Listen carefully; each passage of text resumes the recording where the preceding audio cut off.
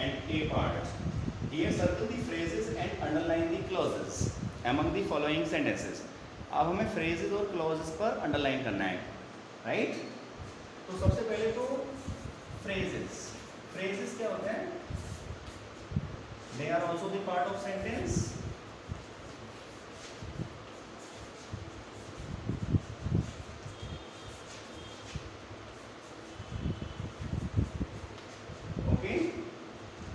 Finite verb. They do not have any finite verb and any subject. They do not have, because of which they are phrases. For example, the sun rises in the east. So what is in the east? This is phrase. It does not have any finite verb and it does not have any subject of its own. While the clauses have finite verbs and clauses have subjects too of their own. Now the very first sentence I am going to discuss with you. The dogs, open your book. First sentence, the dog sat under the table. The dog sat under the table. So easily we can find out phrase. So this is phrase because it does not have any finite verb or any subject from here to here. Similarly, sentence number 2, Amit is a man who has great courage.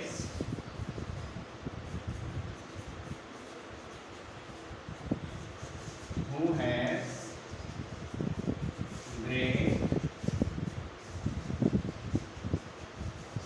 courage. Now here man has been described here. So that's why it is known as clause. Underline it and write clause. Because it has the subject who means man and it has the finite verb also has. But it does not give the complete sense. Third sentence, I try to learn English but in vain. I try to learn English but in vain. So you can easily find out the difference between clause and phrase. So it is phrase in vain. In vain means क्या होता है students? To go waste. बेकार चले जाना, व्यर्थ चले जाना. That is in vain. So it is here there is no finite verb and there is no subject. Easily you can do this exercise without facing any problem. Because clauses have finite verbs, subject, predicate of their own, while phrases do not have them. Now B part. Exercise number B. Identify the noun clauses and underline them. All the sentences, 10 sentences are given here and all have the noun clauses. We need to underline only. I fear that I shall fail. I fear that I shall fail. Easily you can find out the noun clause by putting the question with what? What do I fear? That I fail. This is noun clause. Second,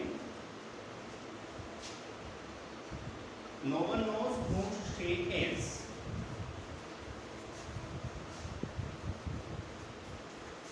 Who she is.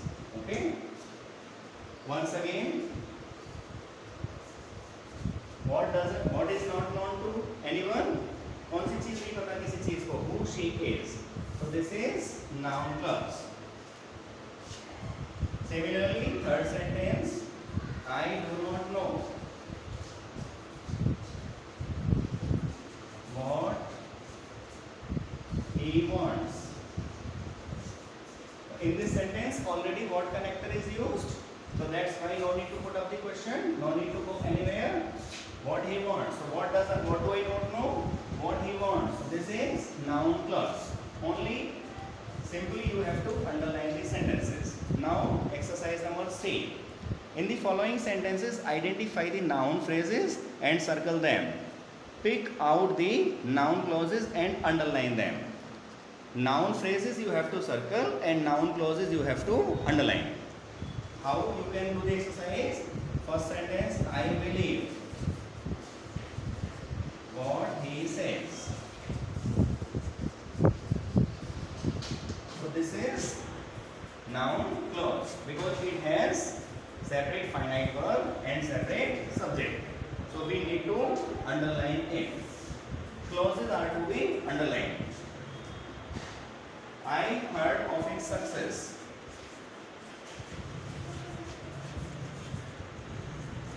I heard of his success. So students, what did I hear? Of his success. So this is also noun phrase. This is noun phrase because here there is no subject and there is no finite verb, but it is also working as an object.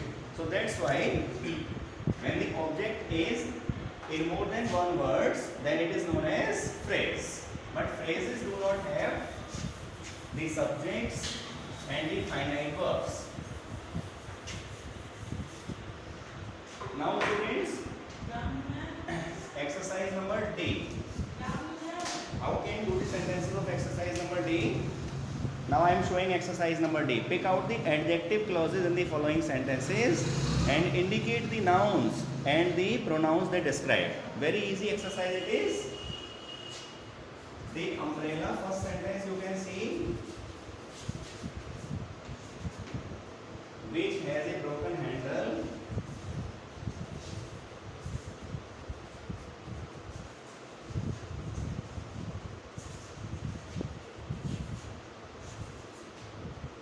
Is mine. So the umbrella. So umbrella has been described here by this connector which. So what do we do? Indicate the nouns and pronouns they describe.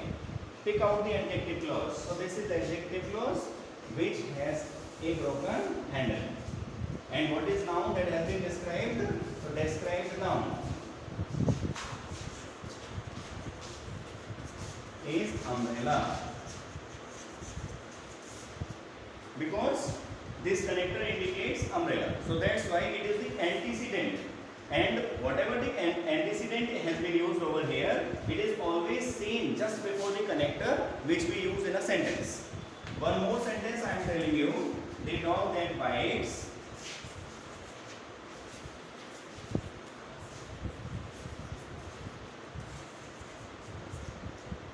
does not bark.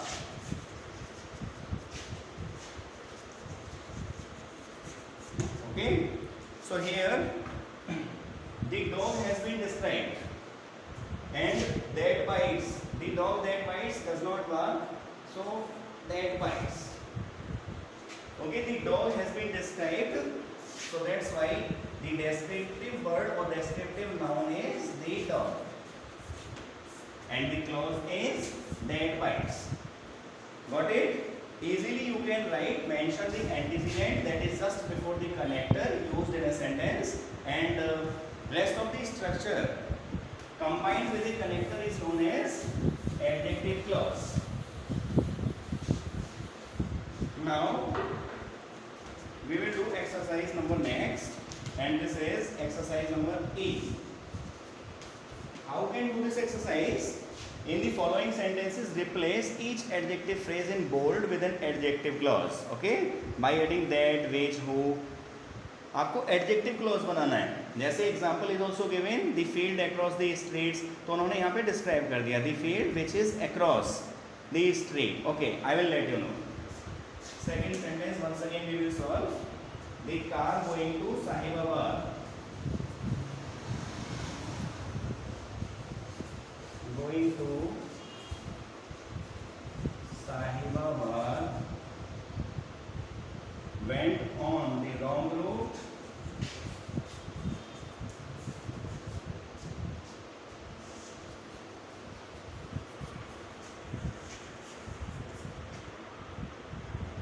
okay and reached Noida.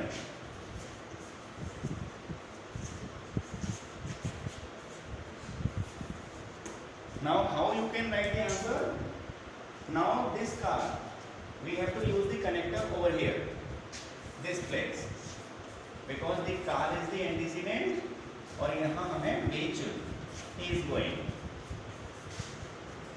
the car which is going to, and rest of the structure is same. Okay, one more sentence I will let you know. A man of industrious habits.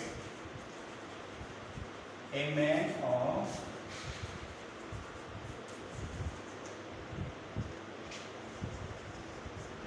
industrious habits is sure to succeed.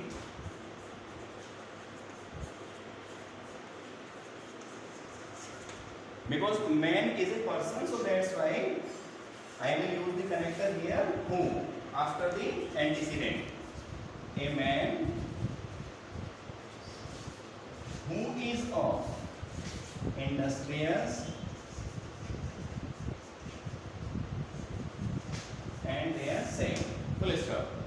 Only you have to use the connector in this exercise.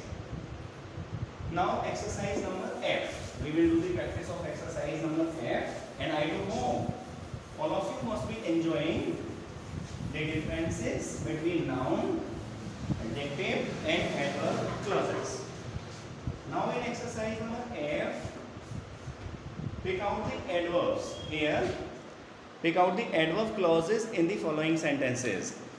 So only we have to underline the adverb clauses. In sentence number 1, I joined NCC when I was in 7th grade. Because their time is given. So wheresoever the time is indicated, so that is the adverb clause. And this is principal clause. Principal clause is always one in a sentence, while such clauses may be one or more than one. I plant trees wherever I find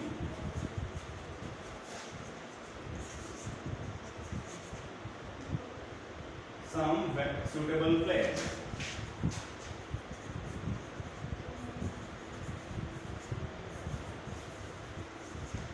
So again, place is given, and where the place is highlighted or described in such a way using the connectors. So that is adverb clause. Once again, this is principal clause. So very easily you can do the exercise of this. Now suppose another sentence, if I take sentence number 4, hit the ball hard.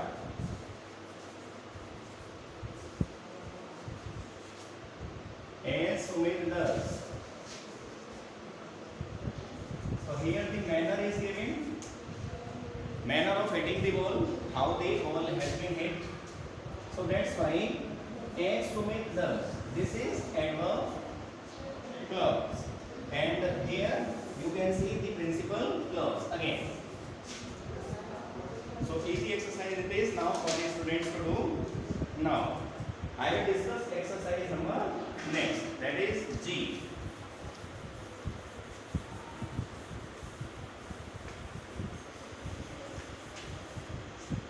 I do hope that all of you must have used or dictated the important things. In G exercise, in the following sentences, replace each adverb clause in bold with an adverb clause. Now, adverb phrases को हमें adverb clauses में बदलना है. One has been done. देखिए, because of his hard work, he is successful today. This is phrase, no finite verb, no subject. Answer is since he is hard-working person. This is subject, finite verb, and connector too. So this is clause. One more example I will give you. Second sentence number 2, G part. After their selection,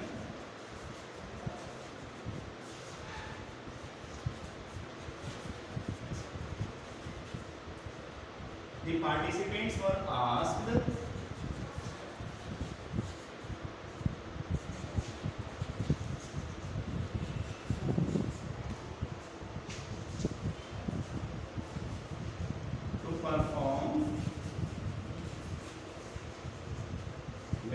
the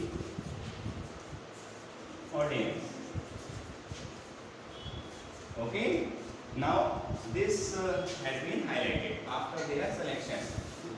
Okay. Now I am using the subject of my own and one finite verb from my side to make this phrase a clause. So after they were selected, yeah, they got selected. The rest of the structure is same. After, here we can use this noun. After the participants. After the participants got selected. Okay, students? And thereafter here we can use the pronoun, because first of all we have to use noun and thereafter we use pronoun. Another sentence, on his way to school.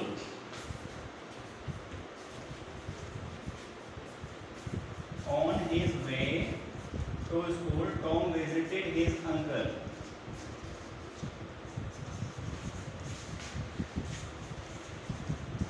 Okay. So once again I will give the finite verb and the subject to this sentence.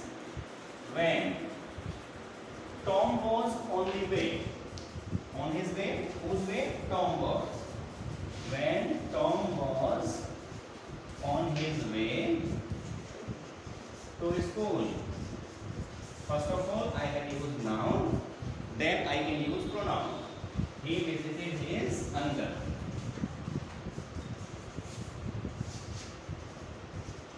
Now you can see easily.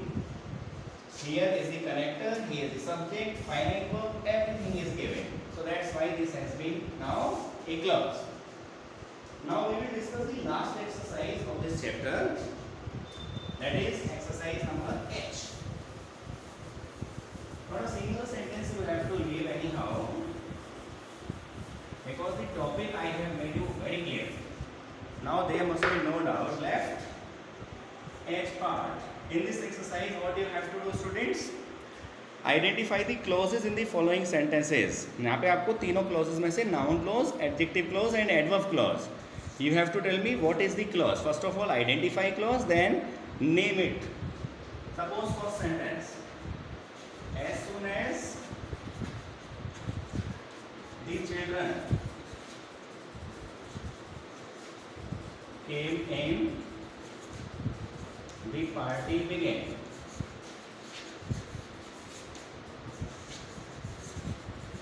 So here the timing is given. As soon as connector shows off the timing. So that's why we will take this clause. And this is, when the time is shown, then this is adverb clause. First of all, you have to underline as time is shown here. So that's why this is adverb clause. Suppose some other sentence if I take some other sentence of adjective clause or noun clause if I take, then take the sentence number 4. Our friends had arrived when we got home. Our friends had arrived when we got home. Again, here the timing is given, so that's why this is also adverb clause. Some other sentence, if I take, then suppose this example, sentence number 8, sentence number 9, I should take, a man sleeps where he wants to. Again adverb clause, sentence number 8, he visited the house where he was born. I have already told you that the house has been defined over here with this connector. So house has been described, in which house actually he visited. So that's why this clause from where till end till born is known as adjective clause.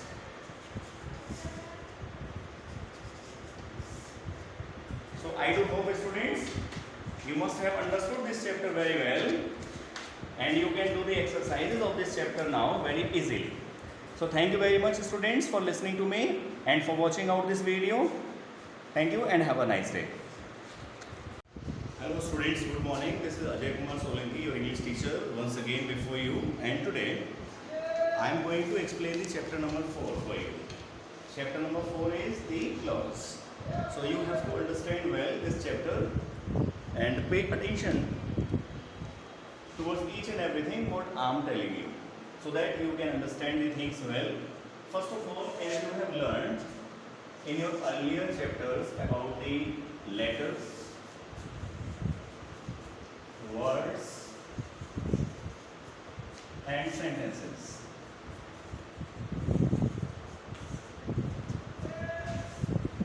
Letter is the smallest unit of English alphabet, and when they are arranged in a systematic way and when they are meaningful, then they are called words.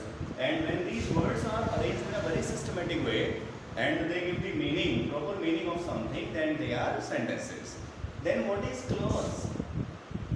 This is the question that must be very clear to the students. First of all, clause is a part of sentence. This should be very clear to the students. A clause is the part of sentence. It has the subject and predicate of its own. Predicate, subject, both of the things are present in a clause. Then what is the difference between a sentence and a clause? Why not the clause called a sentence? Because clause does not give the complete meaning. Does not give the complete sense of something whatever is being told. So that's why only because of this condition this is clause. Though it has subject, it has finite verb, everything it has, but actually it does not give the meaning, complete meaning. So that's why it is known as clause. I am giving the example. Suppose I know that he is an honest person. Suppose I write this sentence. I know that he is an honest person. That if I write the sentence from here, that he is an honest person, then this part of the sentence does not have the full meaning. This is known as principal clause.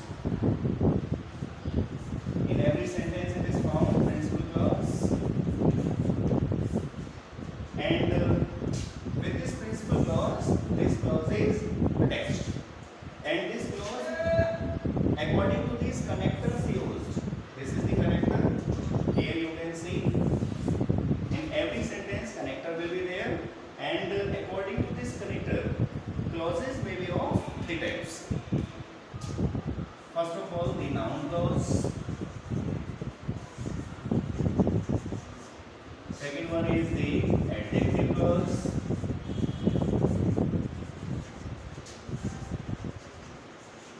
And third one is the adverb clause.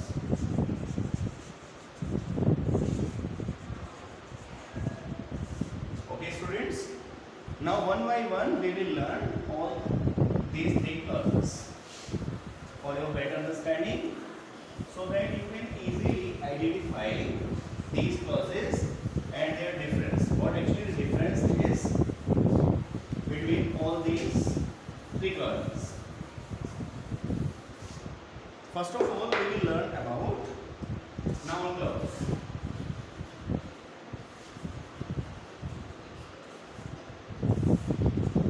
As my dear students, as the name suggests, noun clause, it means that noun clause works as a noun in a sentence.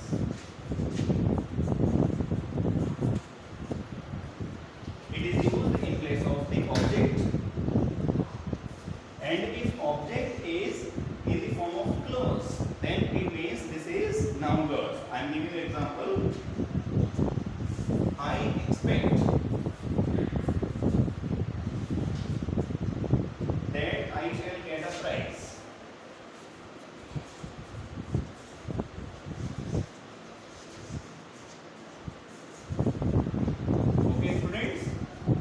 this is the sentence. I expect that I shall get a prize.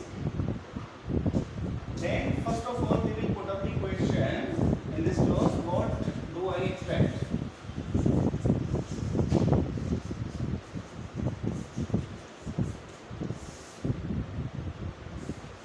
What do I expect? Then the answer is this, that I shall get a prize. So that's why whatever it is I expect, once again the I pronoun is used, and whatever it expects, this is given in the bracket. So in place of object, I have used the phrase, I have used the clause, and in this clause you can see the subject, you can see the finite verb also get, but actually from here to here it does not give the complete meaning. How can we find out the noun clause? By putting up the question with what. If we put up the question with this word what, then obviously we can get a noun clause. Once again I am repeating, a noun clause is the clause that works as a noun, but in the form of phrase. It is used in place of object. So this is noun clause. Easily you can find it out. Other connectors in noun clause can also be used. One or two examples more I am giving you of the noun clause. Suppose I know that he is a rug. Okay. One more example I am writing. Suppose she does not know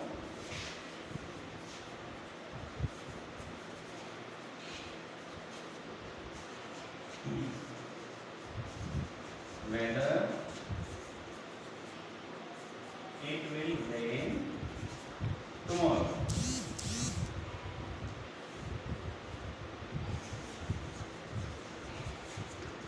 Two examples I have once again written on the blackboard. So I know, what do I know? Again I am putting up the question with what? That he is a rug. So that's why this clause has been used in place of object. So because of which this is known as noun clause. Object may be of one word, object may be in the form of phrase as you have gone through in the earlier chapter, and object may be in form of clause. And clause has the subject, finite verb, but clause does not have the whole meaning, and when it is used in place of noun, then it is known as noun clause.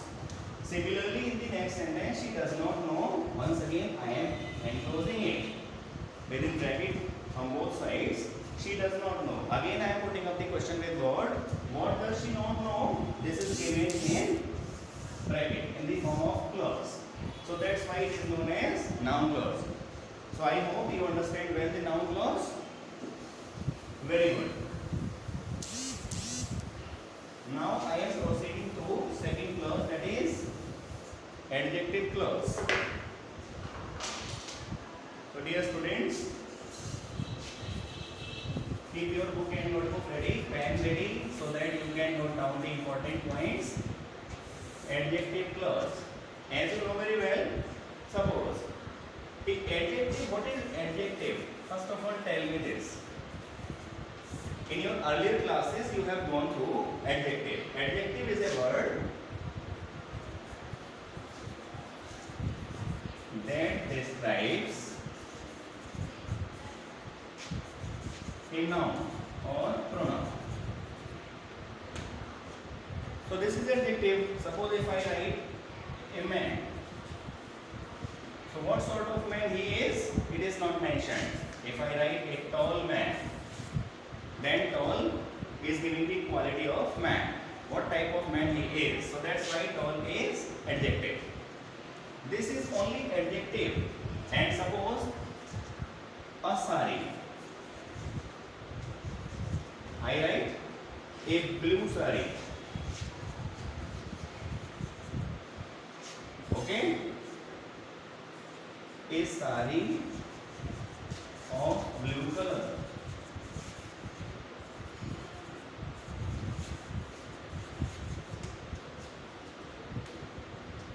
That is of blue color.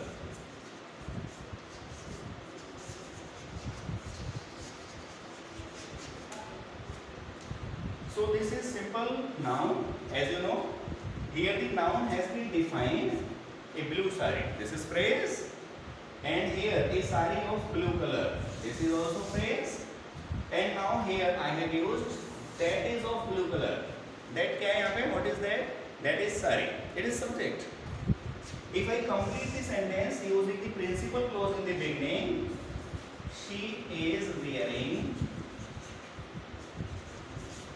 a sari. Now I have written the complete sentence. That is of blue color. So what is that? Sari.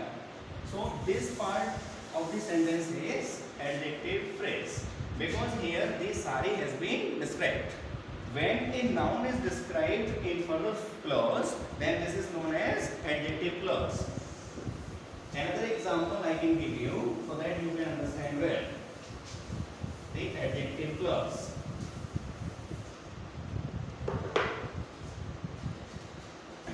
I saw a man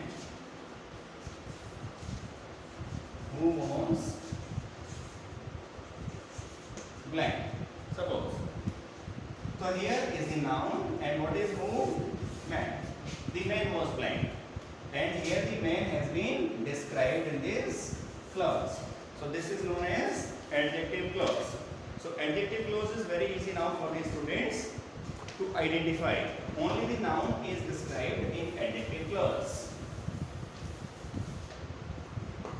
Now we will learn about adverb clause.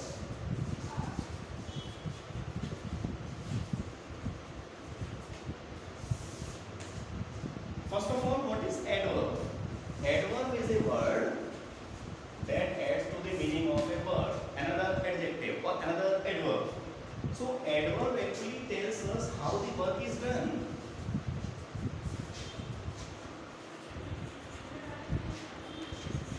Any work, any action. When the work is done, if time is given, that is also adverb. At what place?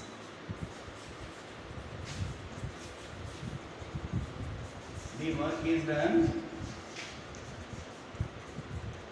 So place, time, manners, whatever is shown through the connector, that is used adverb phrase. For example, he is so weak that he cannot stand. So here the result is given of weakness in the clause. So when the result is given of some quality or some merit or demerit, then this is known as adverb clause. If I write another example, when the sun set, we returned home. When the sun set, we returned home. So here the time is given, students. When did we come back to our house? That is when the sun set. So time is given, it is also the adverb clause. When the reason is given, that is also adverb clause. Because in adverb clause, many more connectors can be used. Suppose she could not reach the temple because it was raining. So here the reason is given. Why she could not reach the temple? Because it was raining.